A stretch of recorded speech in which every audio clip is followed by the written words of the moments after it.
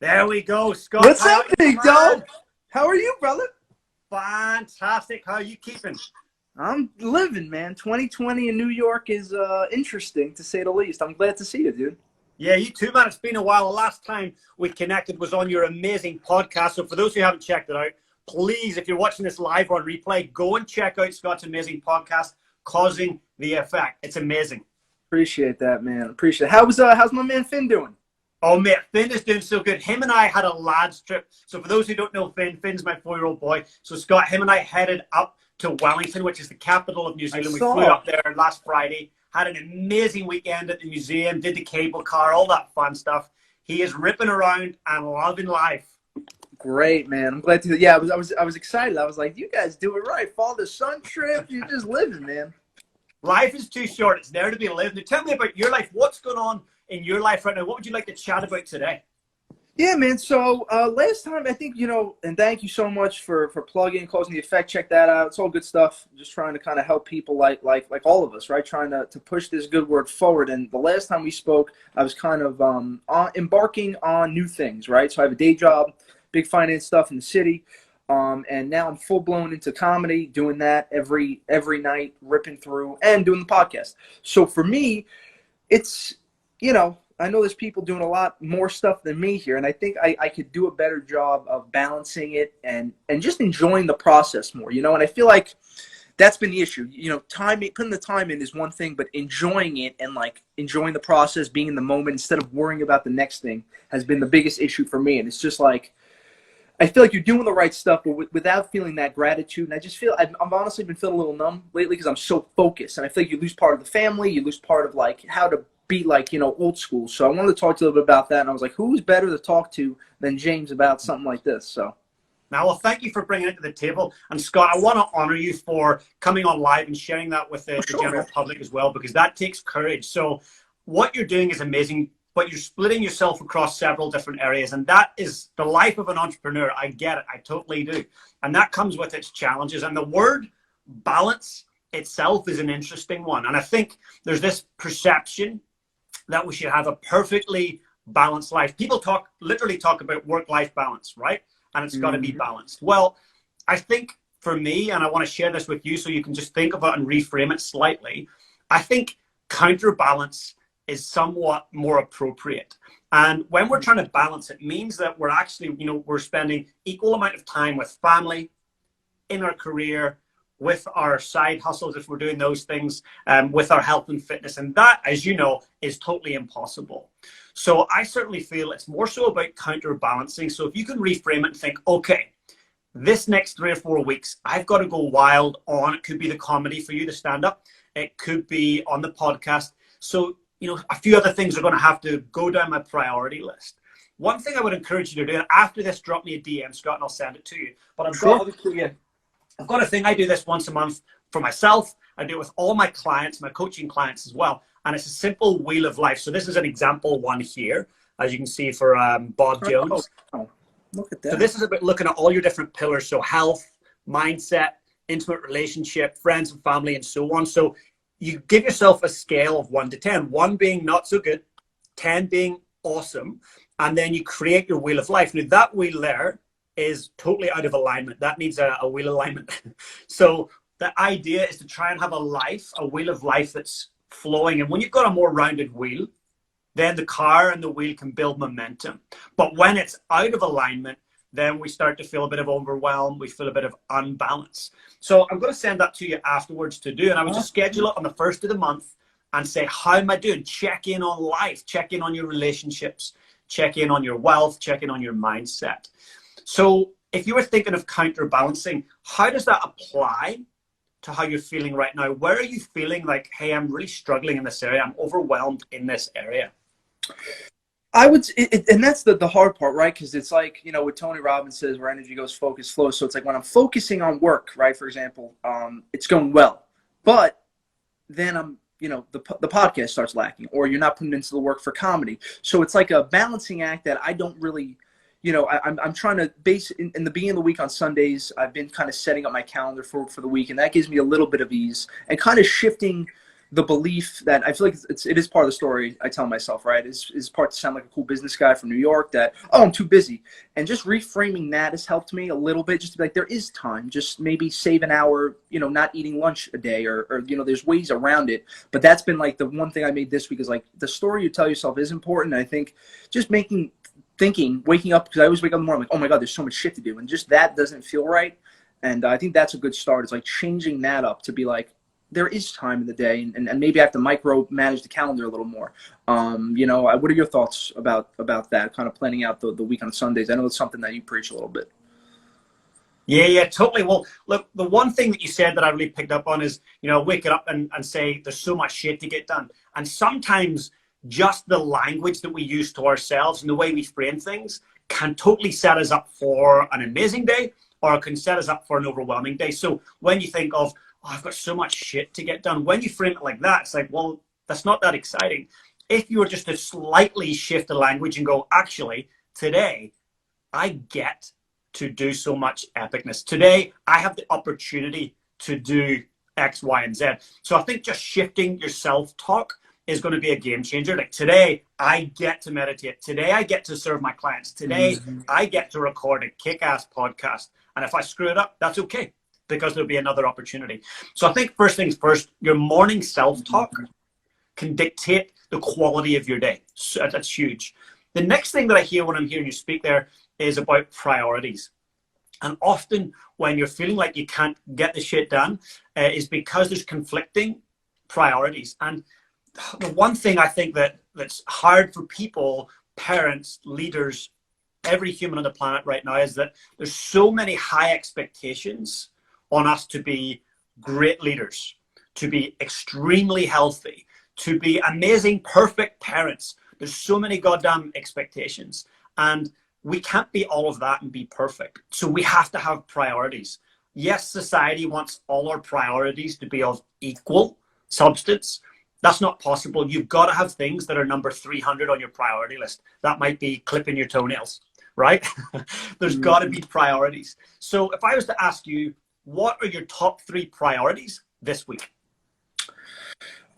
This week it would be my show coming up on Thursday. That's a major comedy show. Just doing my usual work, which is typical 9-to-5 job, and then producing 2 podcasts a week. That's typically the main 3. And I have been trying to just. I think the one thing I'm getting from what you're saying is I could be a little too hard on myself. That's probably the problem. And then B, shifting the belief in and I'm curious to see your opinion on this. Like, focus on work Monday, Tuesday, Wednesday. Obviously, you're still working Thursday, Friday, but start shifting. When I turn towards Thursday, I'm really focusing on the comedy and the podcasting and trying to get that work out. And I know you're the right guy to talk to, because I always respected how much you're close with Finn. You have, your day, your coaching, and then you're still doing all this content. So I'm curious if that's kind of how you do it yourself. Are you shifting your kind of who you are? I'm going to be the father. I'm going to be James the father. I'm going to be James the coach, etc. Yeah, great question. And you know what? I get where you're coming from 100%. And I think, for other people watching this, they're probably feeling the same way as you are. Like, hey, how do I shift gears? And is it okay to shift gears? Is it okay to be a really present parent for a couple of hours and not answer emails and Snapchats and that stuff? Is that okay? Hell yes, it is. So for me, I use a process of blocking my time. So I'm very, very rigid with that. And sometimes that means I've got to say no to people. Sometimes I will say, look, sorry, I can't make that event. I've actually scheduled a meeting with myself. And people are like, who the hell are you? Scheduling a meeting with yourself? I'm like, yeah, I've got to plan my month out. Or I've got to make sure that when Finn gets home that the dishes are done, the ironing's done, that I'm able to spend time with Finn, my partner. Like, I want to be present with the people I love. And so I think blocking your time out is important. And this doesn't happen. You can't block your time out reactively. You've got to be really proactive with that. And that's why I would definitely encourage you to think about scheduling a block of time, maybe an hour on a Sunday, maybe 30 minutes, and schedule your whole week out.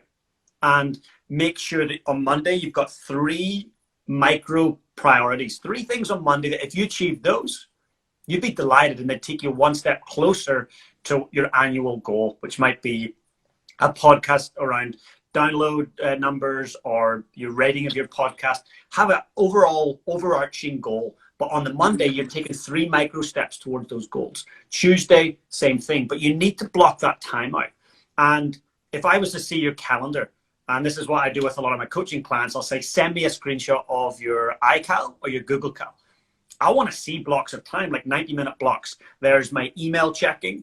Rather than being on email reactively, looking at it constantly as it comes in, once a day or split it into 2 45-minute blocks, I'll sit on email, DM, and so forth, and chunk it and block it. So important, block your time. Wow. Because you need to have time for Scott. You need to be Scott, the comedian with your mates, who's out there enjoying a drink, having some pizza in Brooklyn, doing all the fun stuff, right? That's important. If you don't make time for that, you're going to be the ever, never present Scott. You'll be there with your mates, but you'll be on your phone. You'll be there with your loved ones, but you'll be on Instagram seeing who's responding to something that you've just posted. You don't want to be that guy. Life is short. And for a lot of people, this has probably kind of been running through my head this month. For a lot of people, they treat life like a sprint, but it's really a marathon. Life is a damn marathon, and it's about slow and steady wins the race. And I don't know how many times as a kid I've heard that. And, you know, you read the book about the tortoise and the hare. Slow and steady wins the race. So I think, Scott, take a bit of pressure off yourself and just get really clear on your priorities. Write out, hey, this week's priorities are 1, 2, and 3. And what I would encourage you to do, because the priorities that you shared with me were excellent, but none of them were health related. None of them were you selfish related. They need to be, you need to be selfish to look after your health, selfish to look after your own growth, selfish to look after your nutrition. I really want you to prioritize you, because when you're not healthy, everyone that loves your content and your podcast and your comedy, they don't get the benefit from it. They need you to be at your best spiritually, mentally, with your well-being. So I would say, if you can, think about that as your number one priority. Every day do something, whether it's a walk around the neighborhood, a home workout, get into the gym, meditation, whatever it is, please prioritize you. Yeah, no, and I think even writing that, I think I try not to make those priorities, because that's like the given for me every day. Like, you know me, I'm up 4:30. I do my 40 minutes of meditating and then my 2.5 hours in the gym. But that goes without saying. But I think even writing that down, making it a different type of priority, because that's like that, I need that. But it does tend to be more of a, I just want to get it done. I'm not enjoying it as much this month, because I'm like, oh, I have to do this by be there by 9 to do this. And I think what you're saying about the blocking is very interesting to me, because I'm known in the company, or people love me, my clients love me, is because I'm always answering for them. And I think that's more of an insecurity thing with myself, of like, I have to respond quickly because I don't want to lose a client, or I don't want to lose something crazy. And I think, you know, you're kind of blowing my mind a little bit with these blocks of time, maybe staying off the email, not so much social media, because I try to stay off it, but the emailing, I literally try to answer every email within 5 minutes. And you can imagine, it just doesn't, it feels freaking crazy. So. Absolutely. And why do you feel the need to be so responsive to those people who are asking of you through email and direct message? Yeah, I think it's fear. It is a lot of fear. I think I've always had this insecurity about losing people, and I don't want to let people down. And I would say that's like a problem in general for me. That, you know, like what is the difference if I answer an email now or within an hour? Like, it just sounds, the way you said it was like, it just makes so much more sense. Like, you're going to bang out so much more within it. Because then basically, if me and you are talking on Instagram and you don't answer me for an hour, you're going to be more productive within that hour, instead of I'm sitting and waiting and like trying to like make sure I'm there for people. And really what you're saying is like, be more selfish. It makes a lot of sense, because I think I have felt the lack of, I feel like I'm doing all the right stuff, but I'm not present. Like I don't know the word you used, but it was like, I'm doing it, but I'm not here doing it. You know what I'm saying? Like, I'm just trying to breeze through it. And it's like, how much are you really getting from what you're doing if you're not fully present? You know? 100%. And a great book, like if you haven't read it already, it's The Power of Now by Eckhart Tolle. And it's really about being present, enjoying the present moment, and learning how to do that. And I think you mentioned the word fear, right? All humans have fear. Nobody Nobody can say, hey, I don't have fear. In fact, this guy here, I've been studying him all year. He's my leader of choice. I pick a leader each year and I study them in depth, every book I can get. So this guy here, Nelson Mandela, right? Absolute legend. He talks about fear and he talks about courage. And he's like, courage is having that sense of fear, but doing it anyway. That's what courage is. So with fear, as a human, we are either have a fear of success, or we have a fear of failure. And sometimes we have a combination of both. Now, people might say, how the hell could you have a fear of being successful? Well, a lot of us do. And it's the fear of, outgrowing your community, the fear of outdoing your family's lineage and your family's history of, becoming wealthy, becoming an influencer, becoming a great leader. So there's fear of success and there's fear of failure. But the one thing I want you to think about with fear, F-E-A-R, false evidence that appears real. Okay, so that's what fear really is. It's false evidence that appears to be real. We have this belief that, oh my God, if I get in that water, I'm going to sink and die. Now, why can I say that, Scott? Because I've had that fear, that like life, scary feeling of the water, right? I would drown, I would sink. Now, I took that through my life for 30 years. And the only thing that changed that, and hey, I'm not Michael Phelps by any stretch of the imagination, but as soon as Finn came along and I became a dad, I was like, this is bullshit. I've got to step up and lead and show my son that I'm not afraid of the water. So I got swim lessons. You're going to laugh. I went along to this. I thought I'll go to a private swim school where it's quiet. I'll go in the evening. I'll get a one-to-one lesson.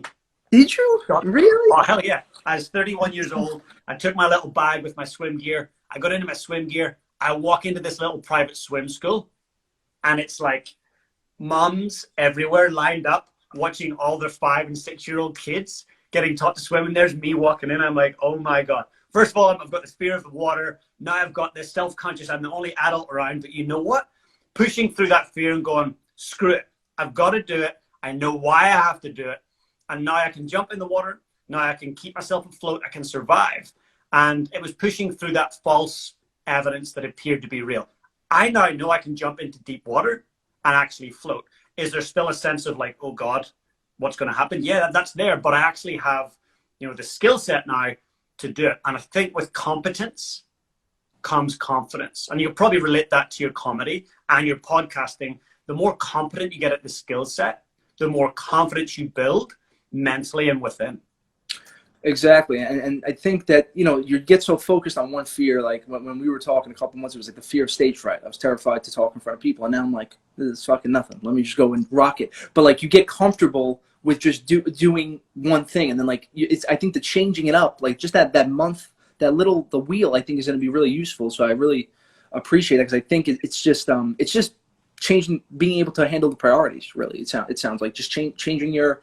Okay, you're doing comedy Thursday, Friday. Then you're going to switch over to doing your day job. And then you're going to be a family guy on Saturday, Sunday, and blah, blah, blah, blah, blah. So it's this stuff is not, it's not rocket science, but at the same point, it's just so easy just to let it slip through. It's like, shit, why didn't I just think about just setting up some time? Like we said, Sundays, because my coach was telling me, he's like, dude, you got to stop pushing. Like my problem is probably the same as yours. Like it's not going 100. I'm used to going 100. It's about turning off the engine. So Sundays I try to relax, but it sounds like a perfect time to just map out the rest of the week, right? 100%. And I think creating solitude and reflection time in your life, that's the golden time. If you think of the greats, whether it's investment, politics, whatever industry, the greats all talk about think time and taking the time to think and scheduling time to think. So again, with all my one-to-one clients, I'm like, okay, how many hours have you got scheduled this week to think? And some of my clients are thinking up to 4 and 5 hours a week. There's half a day's work where they're just pen and paper, they're in a nice environment with a hot drink, and they're asking great questions of themselves.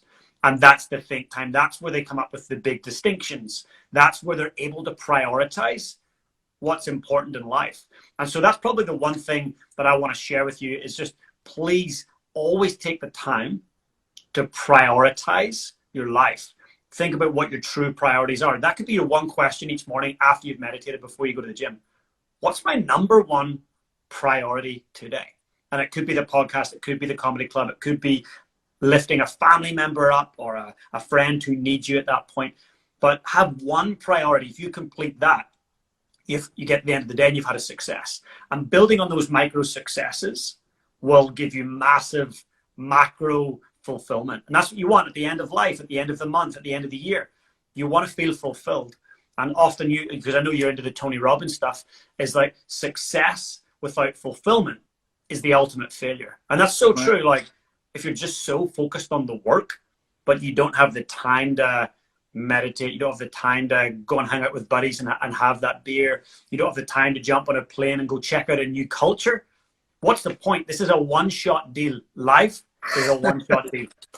Yeah, man. No, you're totally right. I feel so silly. Just, because really you're nailing it. Like I really have not spent meditating. Like again, I feel like maybe it's part COVID in New York. It's a lot of different things going on. But I would say the first couple months of COVID, I was kind of steaming through, rocking and rolling. And since things got a little rocky in August and here and stuff like that, I'm meditating, but I'm not. I wouldn't even say. I feel like I'm wasting time. Honestly, I feel like you're not hanging out with yourself. You're like waiting for the clock to waiting for the whatever time you're doing to end, and really not enjoying it. So it's really some interesting stuff. Just taking like 15, 20 minutes in the morning, every morning, I think would be really beneficial to think Absolutely. One client I work with, high-performing client, he's probably 25, 26, doing incredible things in the world. And we started to put a dollar figure on his think time, the time when he was just thinking. And we worked out that his think time over the next 20 years, each hour of think time was worth $10,000. $10,000 he was going to get paid to think because of the quality of the outputs he can create over that 10 and 20-year period. So I don't want you to underestimate that. And with the meditation, you're talking about sometimes going through the motions. One thing that's super important is a lot of people want to meditate to get good at meditation, right? They want to be good meditators. But actually, I think it's great to do meditation to get good at life. So don't do it to get good at meditation. Do it to get good at life. It allows you to detach and to be truly present and to truly get the best from yourself and experience the joy. You've got to be able to detach from your thoughts, detach from your responsibilities. And you may feel responsible for some of your friends and family. You may feel responsible for your clients. But for you to serve them and to have joy and happiness along the way, you've got to be a badass of detachment. Yeah, and everything you're saying is just gold, man. Because it's really, I would say in the beginning of the year, you're doing the meditating, you feel it, right? You feel the gratitude. You feel working out of an abundant state. And people think we're nuts. It's like this stuff works, but now it's really working out of a place of, I guess I wouldn't call it suffering, but it really would be if there's an opposite of abundance. It would be like that's probably why you're not getting as effective. But I wanted now just walk me through the goals again. So now with the way you coach your clients, you said have 3 micro goals for the week. But then on each, let's just say I take your approach 15 minutes a day. Is that included in those 3 goals, or is that another micro of a micro goal for the day? Great question. What I'll do, I'll step you through how I help my clients plan out a 5-year like badass goal, whether that's hitting a $20 million goal, whether that's buying their first boat, whether that's creating a 4-day week for themselves so they can spend beautiful time with their loved ones, whether that's having a dream body. So we'll go through a 5-year vision process, and I'll be asking them to really visualize what things might look like in their life in 5 years in different pillars. Relationship pillar is always number 1. Mm-hmm. So you want to ask yourself that question, Scott. What do I want my relationship with myself to look like in 5 years?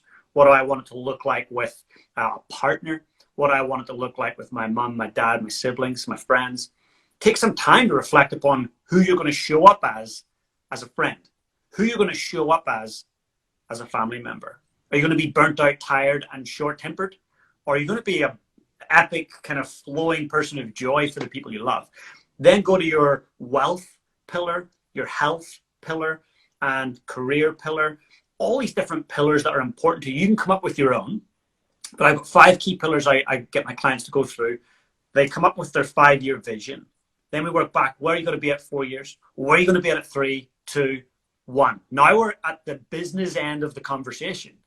Where are we going to be at in 12 months' time? And I would love to schedule this with you right now, Scott. In 12 months' time, we're going to schedule this exact conversation, Instagram Live, and we're going to have the conversation. And you're going to set those intentions. You up for that? I'm in, dude. I got Good. some goals. I got some year goals, man. I got 365-day goals to hit, man. Absolutely. I love it. So set your 12-month goals, right? Now, what a lot of us tend to do, we're human.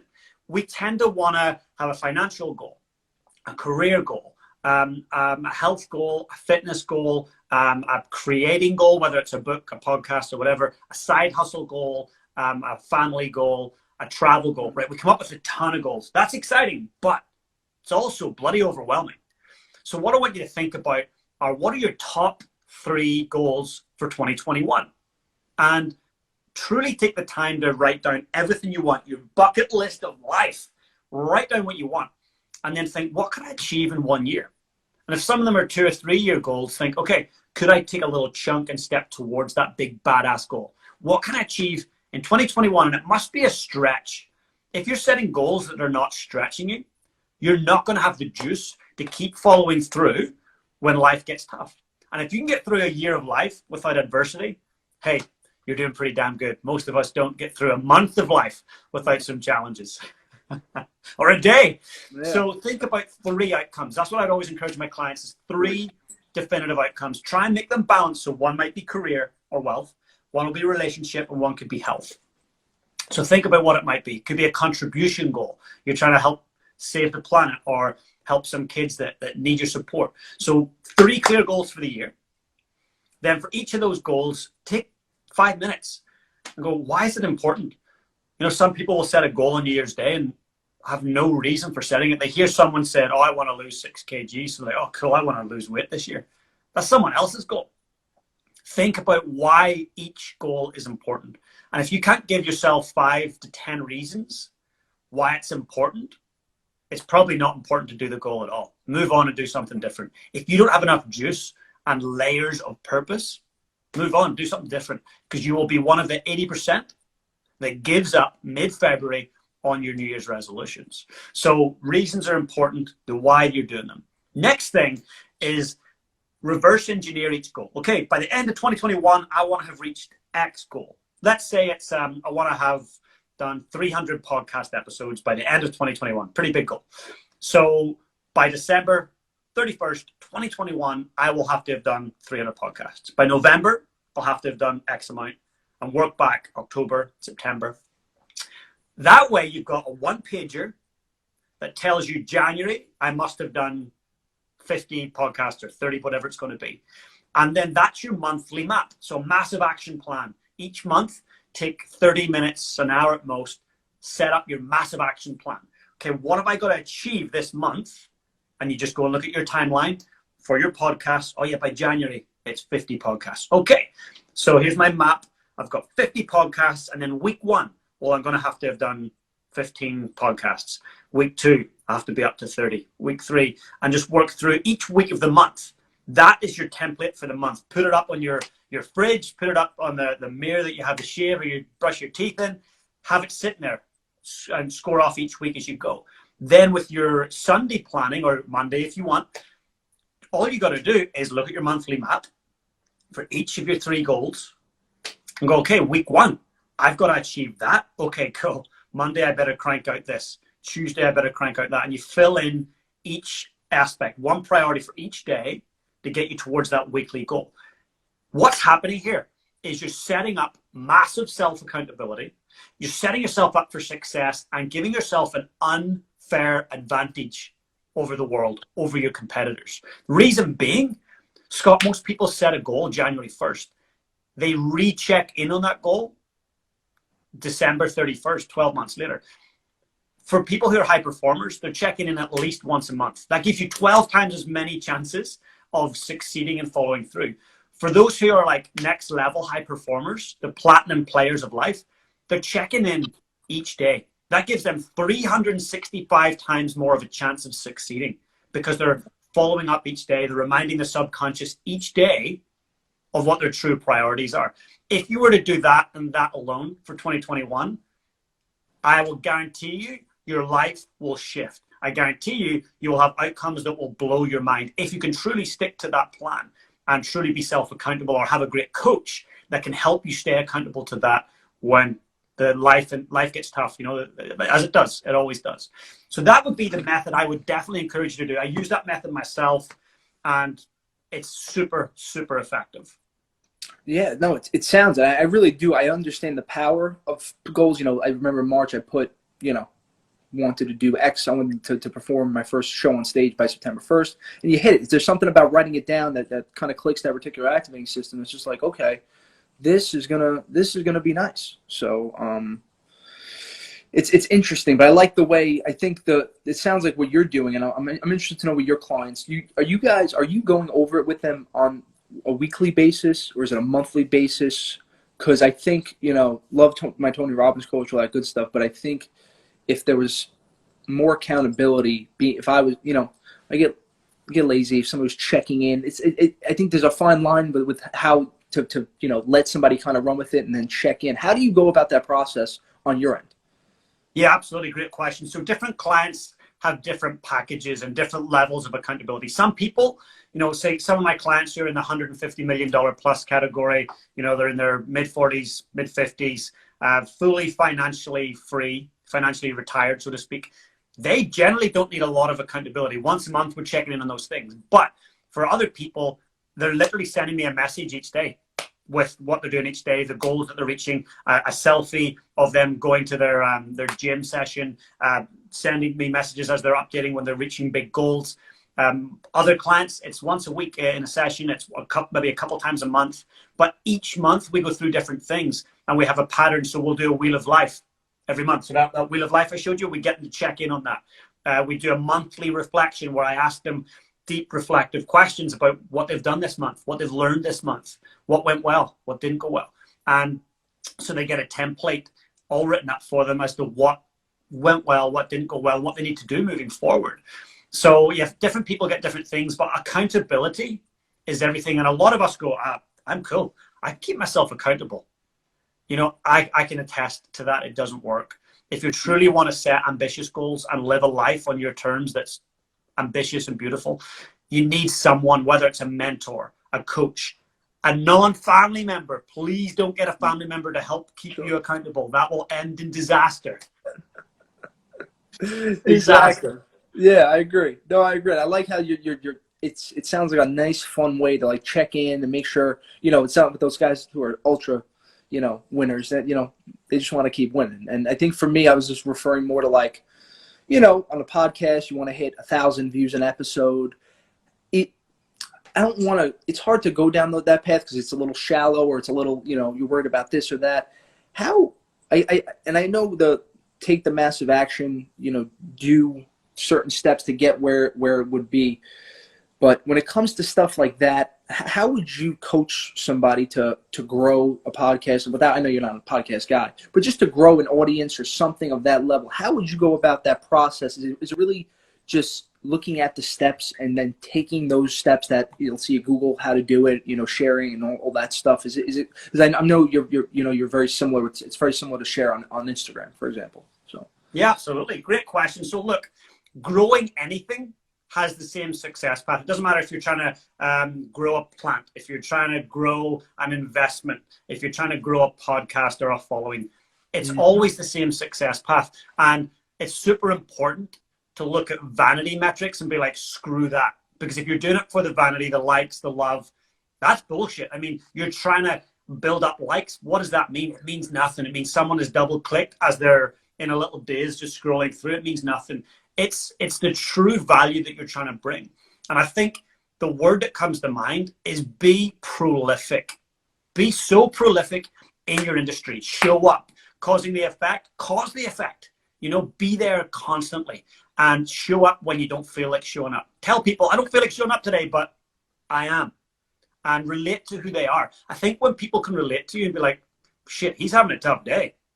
I have those too. I want to listen to him. How did he get through that tough day? So I think continue to show up. And if you're on social media and you're trying to build a podcast, pick a platform, maybe pick 2 at most, but don't try and be across all platforms and be prolific on all of them.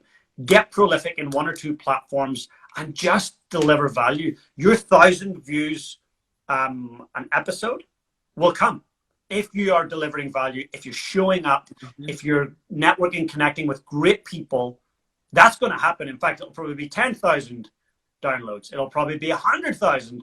But I think when you focus just on the metric, you lose sight of why you're doing it. And I know that you're a heart-centered, purpose-driven human who started this podcast for the only reason to connect with humans, to help people move forward. And so I think if you can constantly remind yourself, hey, for 6 months, I might only be getting 20 downloads an episode. I'm making that number up. But that's okay, because you know what? I'm just going to keep showing up. And if you look at some of the greats, a guy that I look at is a guy called Carmichael. And he's a North American, started YouTube. For the first 6 or 7 years, like he went from like 300 subscribers year 1, 450 subscribers year 2, 600 subscribers year 3. Then like year 6 and 7, he went like 600,000 and then 2 million.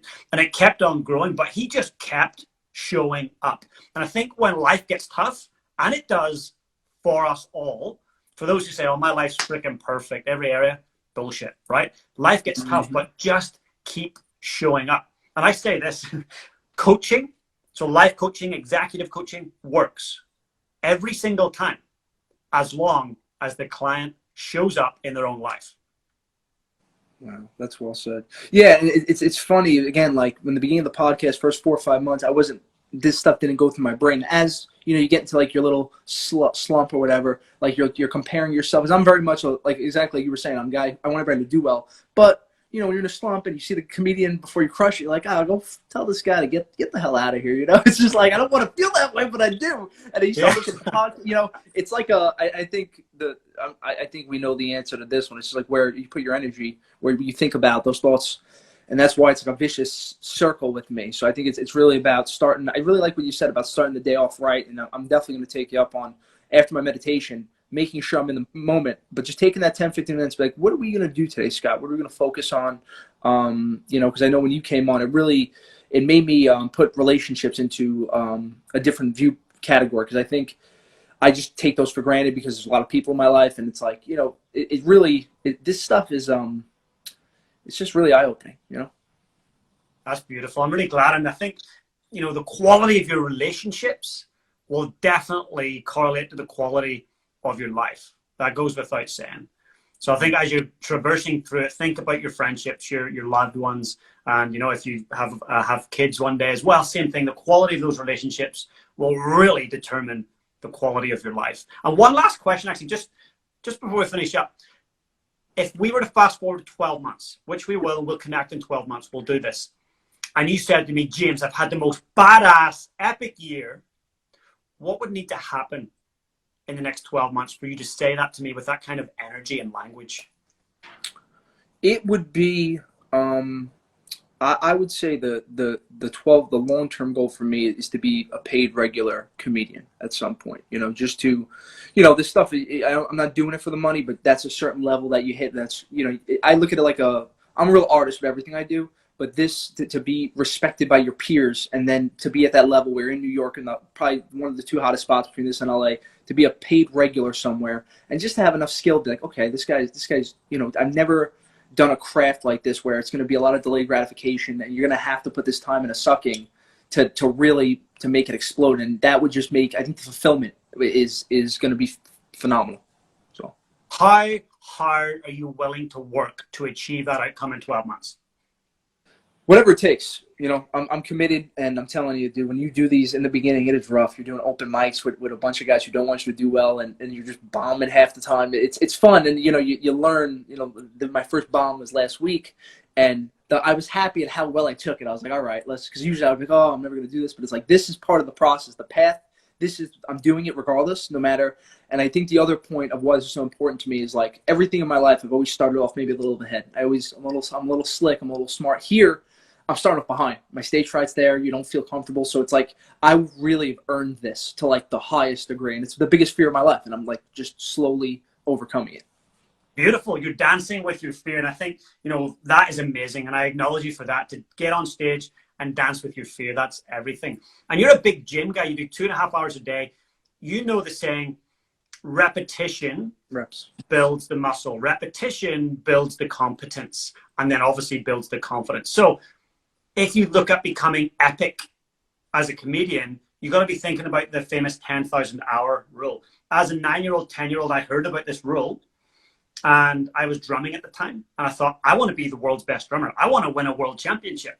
And I thought, okay, I've got to get my 10,000 hours up. So I would literally think as a 9 or 10-year-old, how many hours have I got to do this week? Oh, yeah, so I'll try and fit 8 hours in on Monday. I'll do another, 16 hours over the weekend. I'll do 3 or 4 hours Tuesday, Wednesday. I started adding all these hours up. Then I stopped counting because I just loved it, and I drummed for hours because I loved it.